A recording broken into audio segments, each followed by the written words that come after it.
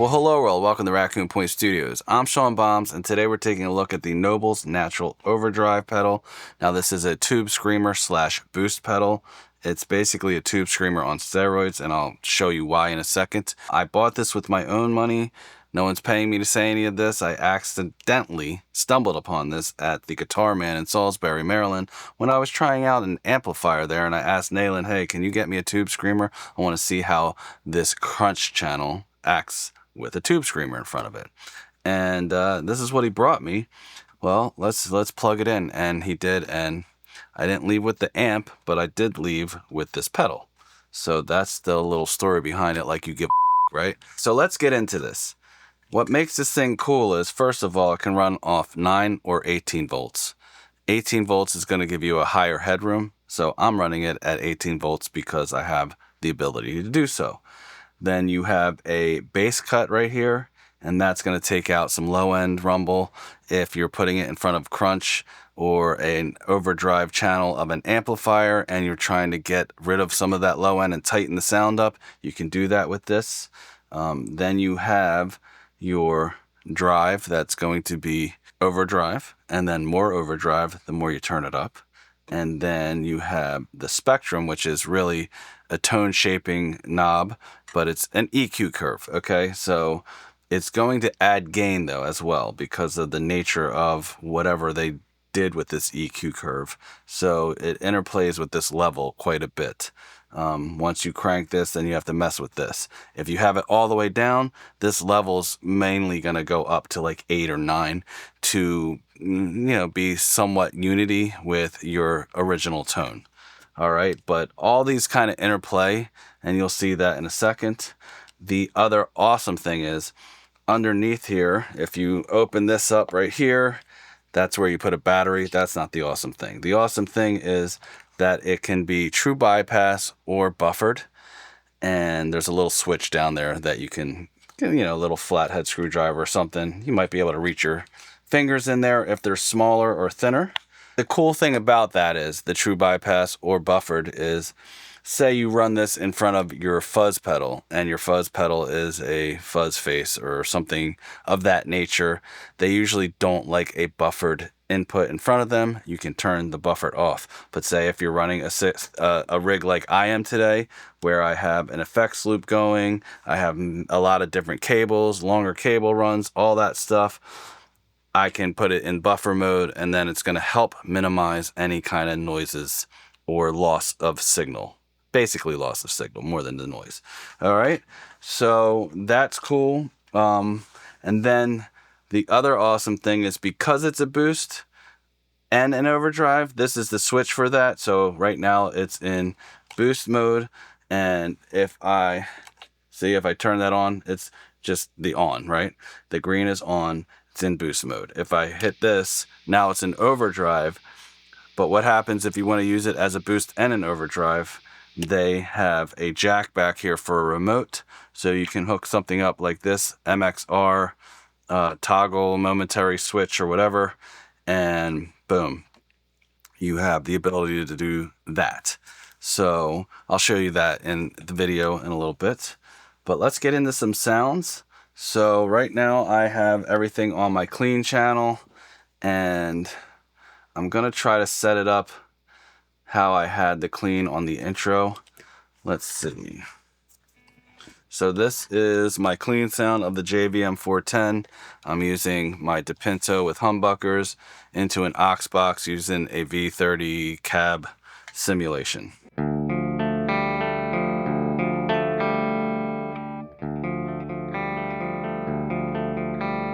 And now here's with it on.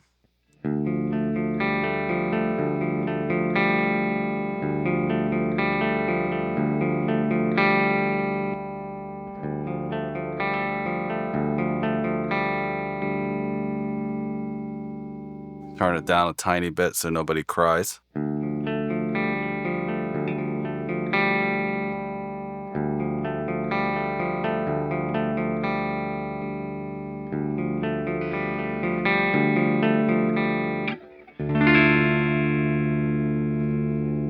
Add a little bit more hair. This thing is very sensitive, so it doesn't take much for the drive to start working.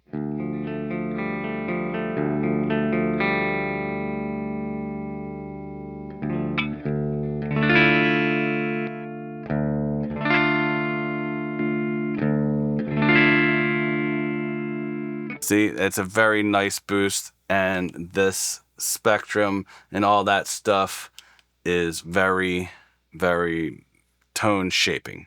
So it almost gets you into Vox territory, I think, with this particular amp. So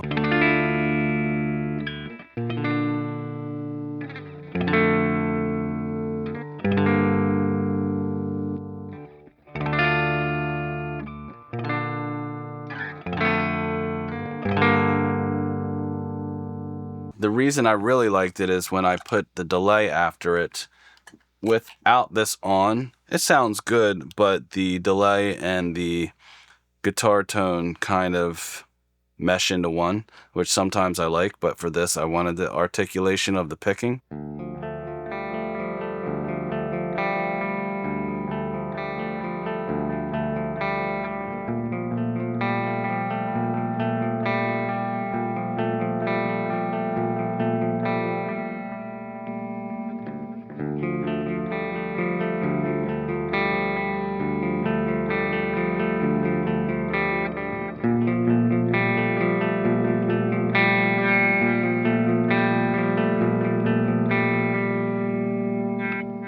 You see what I'm saying? It completely lets the articulation of the pick and the strings ring out over top of this nice analog delay, and they don't blend into each other in this, it's just better to me. It's just better to me. I have both, the best of both worlds. So I have that delay helping it sound lush, but I can still hear what I'm originally playing, if that makes sense. All right, so that's that. Now, what happens if you just need an overdrive? You can do that. So you have a clean channel like this, and let's say you take the bass cut all the way down and the spectrum all the way down, and you're going to get a balanced overdrive sound. I'm going to turn the drive all the way down so you can hear how powerful it is right off the bat. Now, when you have the spectrum all the way down, the level most likely will have to go up. So here's the clean sound.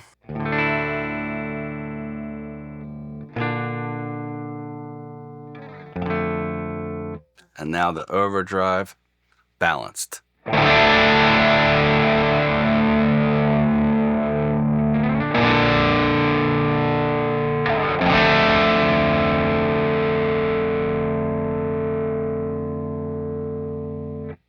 And I just wanted to let it ring out so you could hear how nice the sustain was, how natural it is. It's just not going to sustain forever and just stay at one level and then become noisy. It actually sustains and goes down, and you don't hear a whole lot of noise, which is awesome because it says it's a natural overdrive.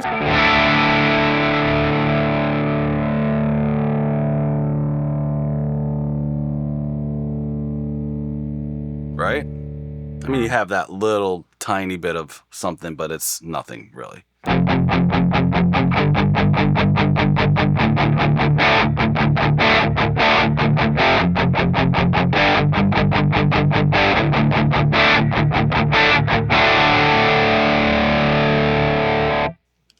And again, you're going over this. So if you have a clean Fender amp, JCM 800, something, you know what I mean, that's just clean, this is really cool because now you have this pedal, have a nice rock sound, right? Now, if you want, you can take some of the low end out and then start messing around with the spectrum and get it more pointy sounding and more aggressive sounding. And then add some more drive.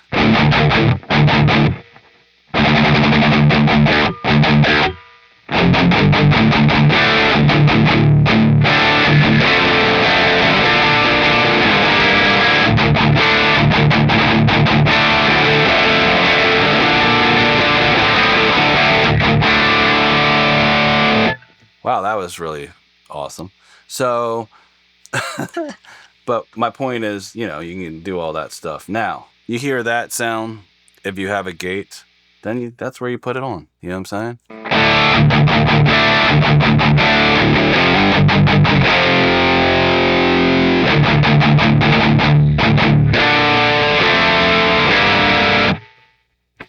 You know what I mean? It's not that bad, especially if live. But if you were using it in the studio and you want to get rid of that, the Horizon gate in the Line 6 HX Stump is probably the best bet. So that's awesome. Let's move on to a crunch channel, and I want to show you what this can do for somebody that's maybe you like this kind of sound. Here, I have that off. All right, cool. Maybe you like this kind of breakup sound, and that's basically your sound. Maybe you use your volume.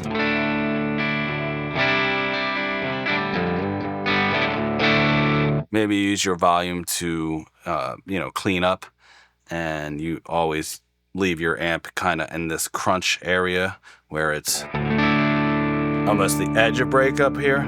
The lighter you play, then if you dig in,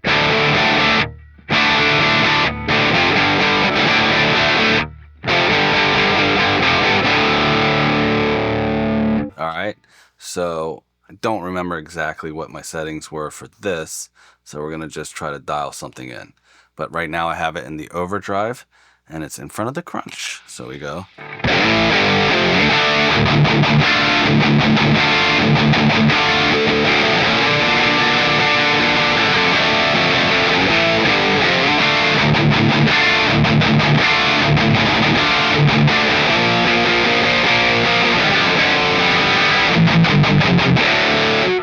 Of course, I played it like poop, but, of course I'm doing that today. I don't know what's wrong. But anyway, if you turn it all the way down, the drive, you're still getting a nice... But just a little bit, maybe 2, you're going to get more.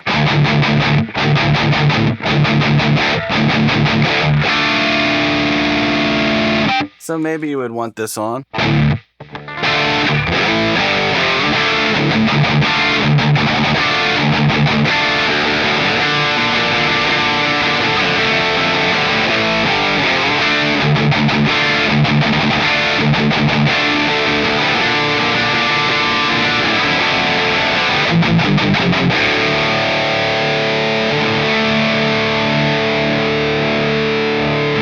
Right? And, you can mess around with all this stuff. Say I wanted even more gain there. Or not gain, but this spectrum in the mix more. It's a little too much. But bring it back here. I like it right there in front of a crunch. But you can mess around with this low cut more. It gets a little bit thinner sounding. Not too much, though, because you still have the EQ of your original signal in the mix.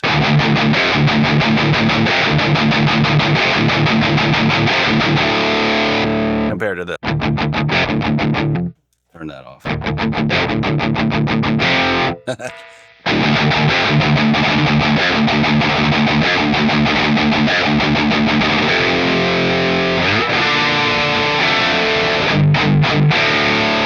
And what's cool is, you still have articulation in your chords. So you're not just playing bar chords because you can't hear the articulation of the notes. So for the last part, I'm going to show you this on the overdrive channel. And for this, I use 2 gates because anybody that has a Marshall JVM 410 knows that the overdrive 1 and overdrive 2, especially on the red portions, get really squealy quick. So we're going to do it as an overdrive first, and then I'll show you the boost version too, because they both sound good in front of an overdrive. All right, so let's see. I'm going to put on both gates for this.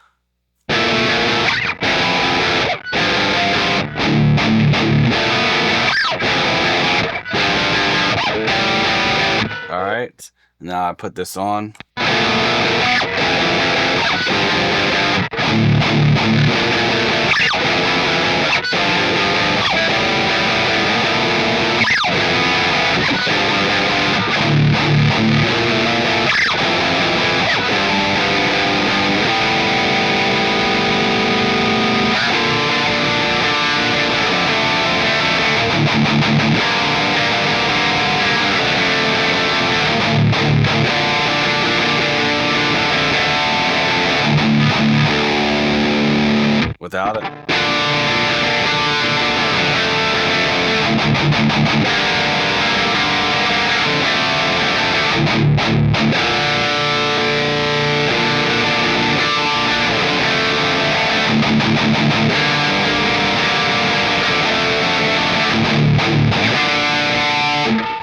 So it gets hairier. It is noisier this way.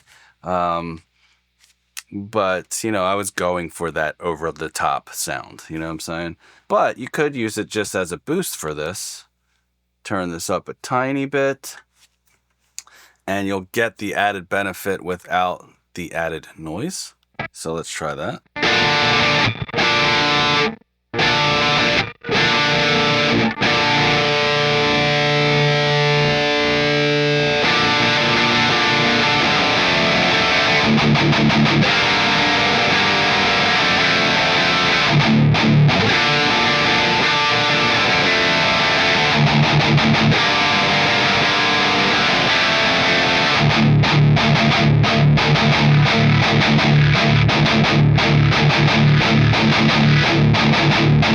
It's hard to get that sound to stop creeping when I'm messing with this because the open strings are starting to do that noise. Otherwise, you wouldn't have all that. So I apologize for that. There's nothing I can do about that. But yeah, it sounds great as a boost.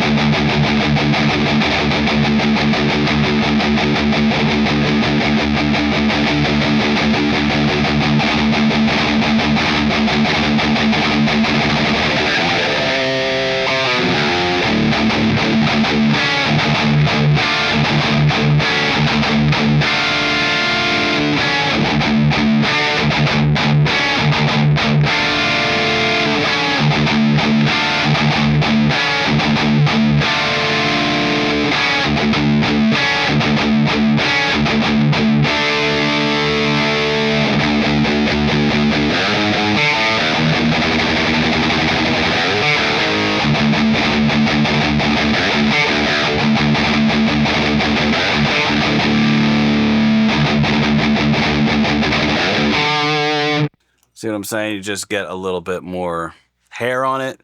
The chugs when I'm palm muting, the length of it stays longer. It's like dun dun as opposed to dun dun. You know, it's hard to really explain that, but there's a little bit longevity to the note.